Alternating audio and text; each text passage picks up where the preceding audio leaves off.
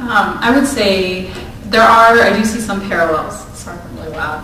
I do see some parallels between what's happening in the United States and what's happening in Italy with issues regarding immigration and people's access to healthcare, people's access to education.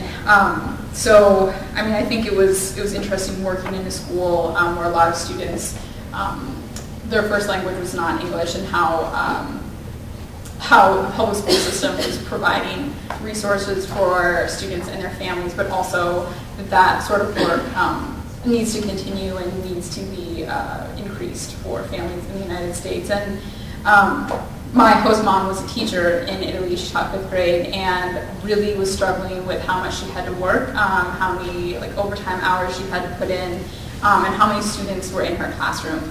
And she, was one of the most liberal, open-minded people that I'd ever met, but was really not receiving any support to facilitate discussions about providing children with resources. So I feel like I almost can't really even comment necessarily on issues regarding diversity other than immigration in Italy, but in the United States, I think that for me, doing the urban studies program was really the first time I was a minority in a neighborhood or in a community or in a workforce, and that was definitely one of the most incredible experiences I've ever had in my life, and really think that that's what studying abroad is all about for students. So.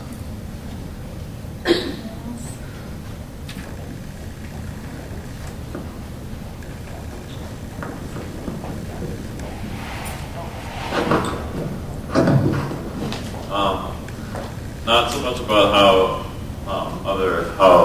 the places I visited deal with diversity, but just the fact that I went there and experienced their culture. I could tell that I was changing and that I was kind of being affected by their culture. And I think that just kind of shows that we're all pretty much the same. And even though we can't understand each other at first, it's just because of our different backgrounds.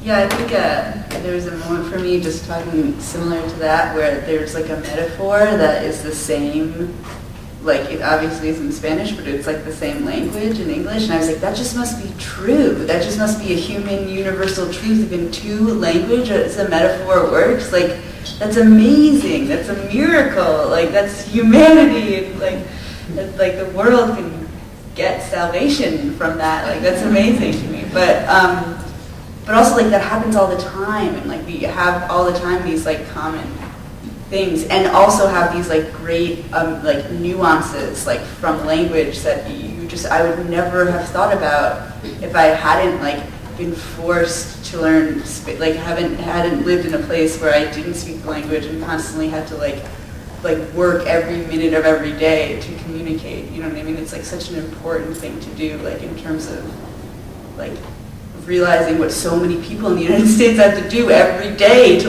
get to work and buy their groceries and do everything like that. So I think that was really influential. Race and stuff in Argentina is very complicated. There's lots of immigration there, but more than that, I think that it was just amazing to think about how the parallels that we that just go unnoticed or something like that. Does anyone else want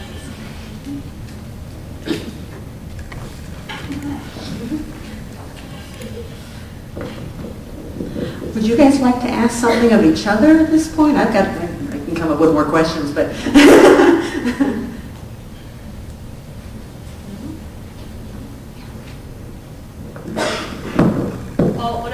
Whenever you're bringing up the question of diversity, I was wondering how diverse an American seems to your cultures, because, if you go to Asia, you're clearly a minority, you can't hide it.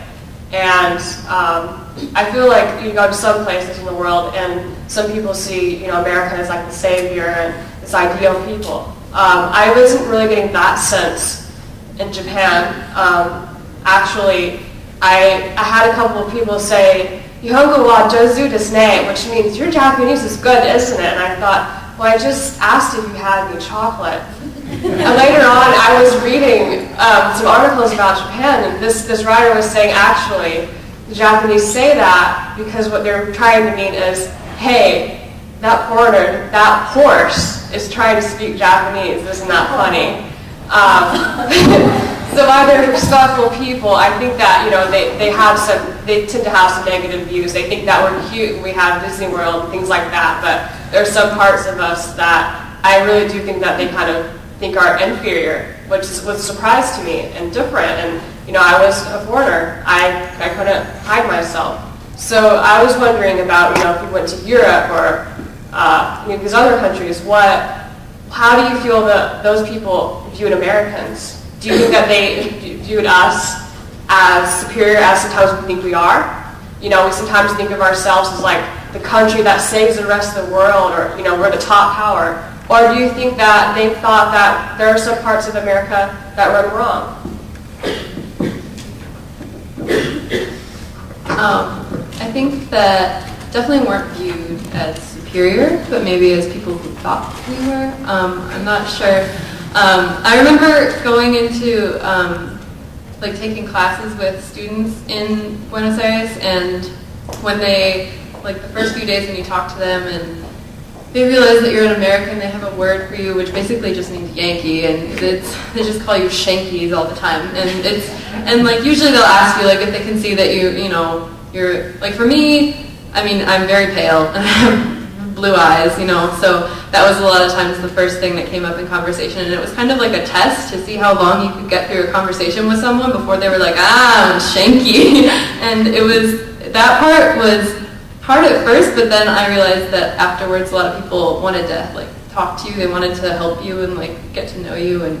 But also another thing, as someone that stood out I always talk about, when I talk about the city or Argentina in general, I always kind of talk about the machismo of it all, because that was just one of the things I struggled with most of the time. And I think that being obviously a foreigner, that kind of draws out those comments a little bit more when you're walking down the street from men, and that was one of the hardest things to deal with, and it happens to Native women there too, obviously, but it was just one of the harder things for me personally to deal with. And but I don't think I was ever looked up to or down upon as an American at all. I don't think. Yeah, my friends and I got a pretty wide range of reactions. When most people could tell that we were foreign, either based on faces or mostly clothing, I think. But basically, one end of the spectrum was people being like, oh, America, that's so cool, movies, and Chicago, gangsters, that's awesome. And then the other end, one person we met just randomly on the street was like, oh, you're from America, I don't want to talk to you, I don't like you.